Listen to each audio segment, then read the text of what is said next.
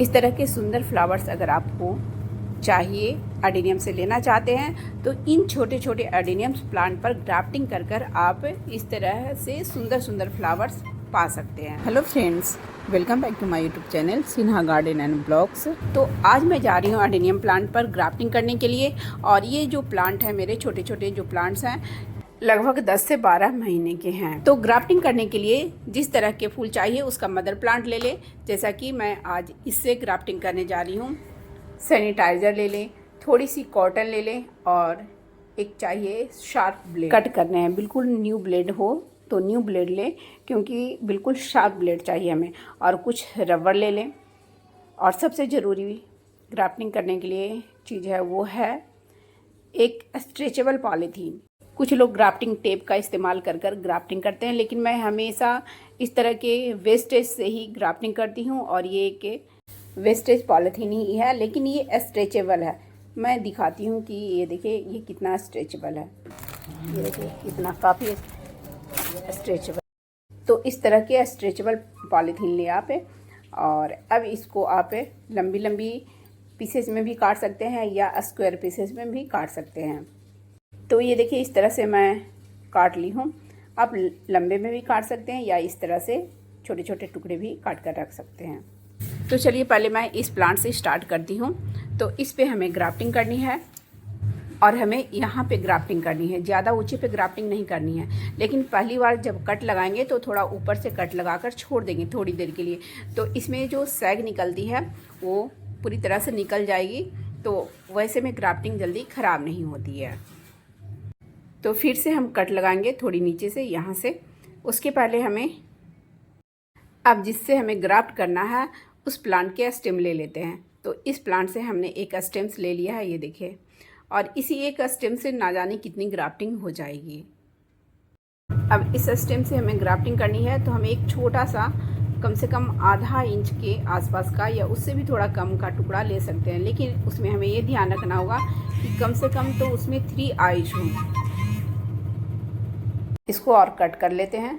अब इस स्टेम से हम एक छोटा सा टुकड़ा ले लेंगे। तो एक छोटा सा टुकड़ा इस तरह से लगभग ½ इंच से कम हम ले लेंगे। लेकिन हमें ये ध्यान रखना होगा कि ये ऊपर की ओर ही होना चाहिए। जैसे ये स्टेम ऊपर की ओर जाता है वैसे ही होना चाहिए।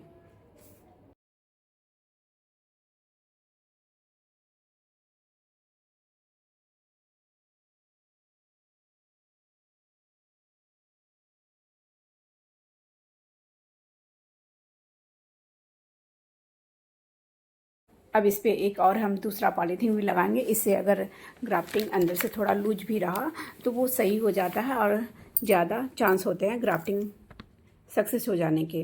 तो ये देखिए दूसरा पन्नी भी इस पर हमने लगा दिया है।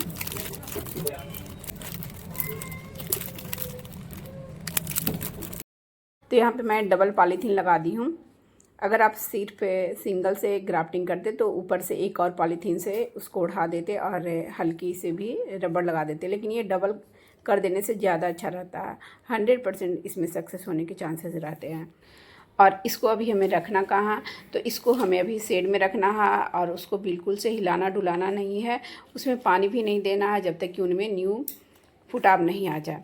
तो चलिए अब दूसरे प्लांट की भी ग्राफ्टिंग कर लेते हैं। वो वाली ब्लेड जो है वो शार्प नहीं थी, ये देखिए मैंने दूसरी ली है। इसको भी सैनिटाइज कर लिया है। तो अब चलते हैं और प्लांट की ग्राफ्टिंग करते हैं। और जैसे फर्स्ट प्लांट में थोड़ी देर भी हो जाती है, लेकिन आप जब ग्राफ्टिंग करने लगेंगे ना तो फिर आप 1 बाय 1 तुरंत तुरंत करते जाएंगे। तो वही उसी तरह मैं भी करती हूँ। फर्स्ट में थोड़ा टाइम भी लगता है और फिर आप लोगों को साथ में दिखाना भी पड़ता है बारीकी से, लेकिन उसके बाद फिर जल्दी जल्दी हो जाता है सारा काम। तो इस तरह से 2 प्लांट को मैंने कट कर लिया है। पहले थोड़ा सैग निकल जाएगी और तब तक ये ग्राफ्टिंग के लिए छोटा सा एक टुकड़ा ले लेते हैं। पहले एक को हटा देते हैं। तो फिर से एक छोटा सा टुकड़ा मैं काट कर रख ली हूँ और फिर अब इसको यहाँ से कट कर लेते हैं। और जो मैंने ग्राफ्टिंग के लिए काटा था उसको इस तरह से ऊपर लगा लेंगे। और ये देखिए इस तरह से रबर लगा लेंगे। अब इसमें हमें फिर से डबल पॉलीथीन लगाना है। तो डबल पॉलीथीन लगाने से ये होता है ना कि अगर उसमें कहीं एयर है या वो लूज रह गया है तो फिर से ये टाइट हो जाता है ना, तो ग्राफ्टिंग फेल नहीं होते हैं। और अब मैं ऐसे ही ज़्यादातर करती हूँ तो मेरे ग्राफ्टिंग 100% सक्सेस होते हैं। ज़्यादातर ग्राफ्टिंग जो है वो सक्सेस हो जाते हैं। ऐसे ग्राफ्टिंग रेट जो है, मतलब अगर आप 10 की ग्राफ्टिंग किए तो 8-9 सक्सेस होते हैं। लेकिन अब मैं ज़्यादातर जब भी ग्राफ्टिंग करती हूँ तो मेरे सारे के सारे सक्सेस होते हैं। अब एक आध कभी कभी हो जाता है ख़राब, और कभी कभी ऐसा भी होता है कि ग्राफ्टिंग करने के बाद अगर आपके हाथ से भी वो टच हो गया किसी तरह या प्लांट गिर गया तो वैसे में भी ख़राब हो जाता है। तो ग्राफ्टिंग के बाद भी ये सब बातें हमें ध्यान देनी पड़ती है। और अब करेंगे इस प्लांट की ग्राफ्टिंग। ये बैग थोड़ा सा तिरछा हो गया है इसलिए ये बैठ नहीं रहा है। तो ये देखिए इस तरह से एक छोटा सा टुकड़ा फिट से हमने कट कर लिया है। और अब पहले इसको कट लगाएंगे इस तरह से, और इसको हम इस पे रख देंगे। ये देखिए इस तरह से ये सेट हो गया। अब थोड़ा सा और इसको तिरछा लग रहा है इस तरह से।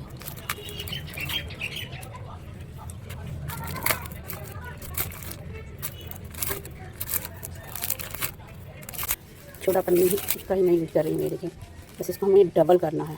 अंदर तक अच्छा सा लगा हुआ ही है, इससे ये होगा ना कि और ये फिर से अच्छे से बैठ जाएगा। डबल करने से ना डबल हो रबड़ टूट गई, कोई बात नहीं, दूसरी रबड़ ले लेते हैं।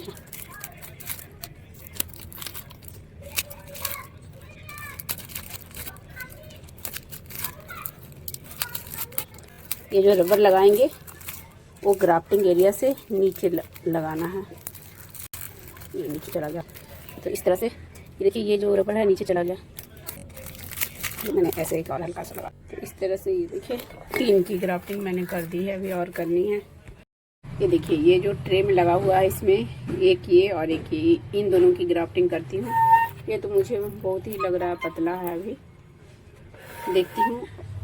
इन दोनों की हो सकता बाद में करूं या देखूंगी कर कर। ऐसे ही ये हार्ड है, सॉफ्ट है, ये ठीक है, ये दोनों ठीक है। ये थोड़ा सा इन दोनों की पहले कर लेते हैं।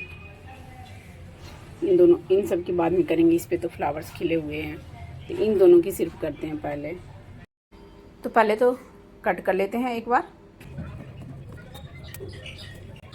और इसको भी कट कर।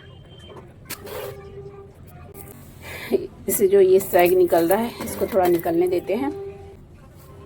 अगर ज़्यादा सैग निकल रहे हैं तो आप उसे कॉटन से इस तरह से पोंछ भी सकते हैं। तो पहले इसको कर लेते हैं, ये अंदर वाला के, क्योंकि वो बाहर से है, इसको करना आसान है। इसको करना थोड़ा दिक्कत हो जाएगी, तो पहले इस पर करेंगे।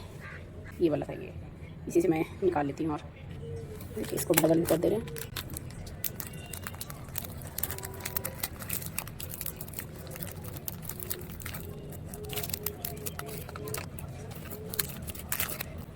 तो ये देख रहे होंगे कि कितनी जल्दी जल्दी हो जा रही है। लेकिन अगर पन्नी यही ख़राब निकल जाती है तो वो फट जाती है, लेकिन ये ऐसा नहीं है। बहुत ही अच्छा ये पन्नी निकला है, प्लास्टिक के, बहुत ही अच्छा है, ग्राफ्टिंग के लायक है, कर सकते हैं। देखिए इतना सही है। और ये मैंने कट कर लिया है, ये देखिए।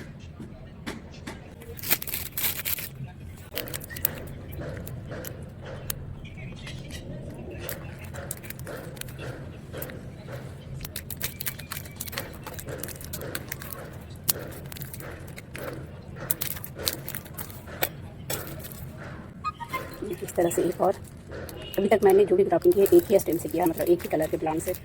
अब दूसरे कलर के प्लांट से करने हैं मुझे।